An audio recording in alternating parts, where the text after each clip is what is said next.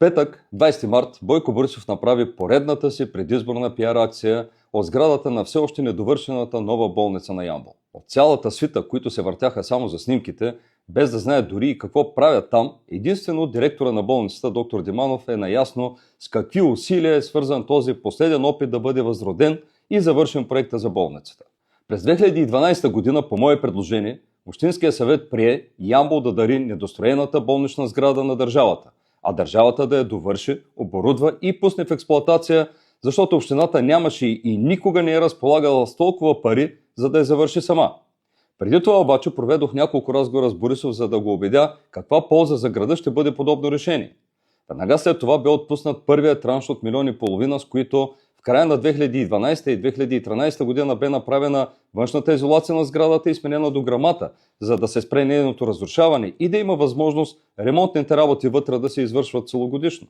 Ето я и известната като новата болница, чиято първа копка е направена на 7 април 1979 година. След това строежът пустее десетилетия. Потърсихме кмета, за да каже, има ли шанс да бъде завършена.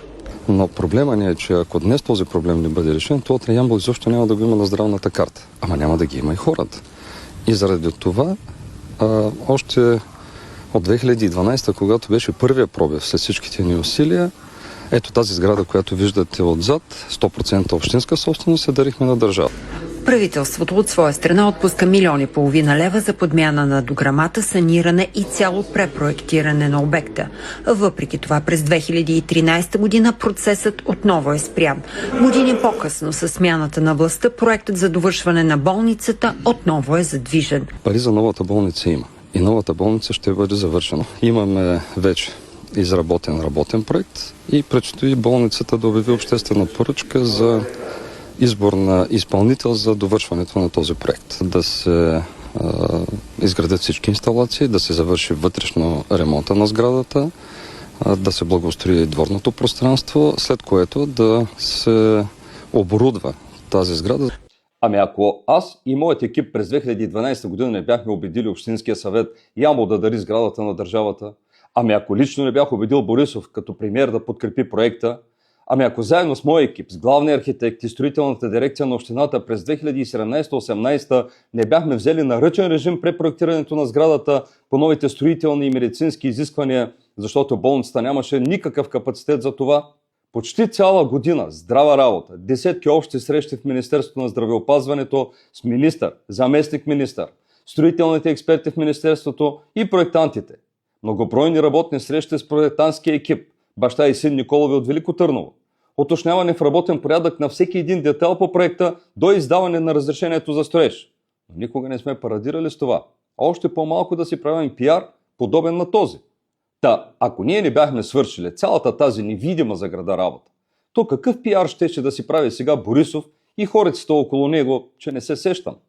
Надявах се, че поне Бойко, който е наясно с тези детайли, ще отдаде дължимото и към предния екип на общината, заради който той сега може да се направи поредния предизборен пиар. Но не би. Залъгвал съм се. Това, което поехме ангажимент 2018, на 98% е готово. 4-5 милиона да им достигат още, но огромните пари, които трябваше, това беше на Съборети, напомните, 2018, които сте от Ямбол. Манипулацията е ясна. Няма как някой друг, освен Бойко Борисов и Валентин Ревански, да е направил нещо за Ямбол преди тях. Историята на града трябва да бъде пренаписана.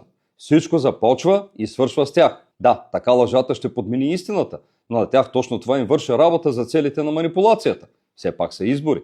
Независимо от всичко, аз съм заклет оптимист и вярвам, че новата болница ще бъде завършена.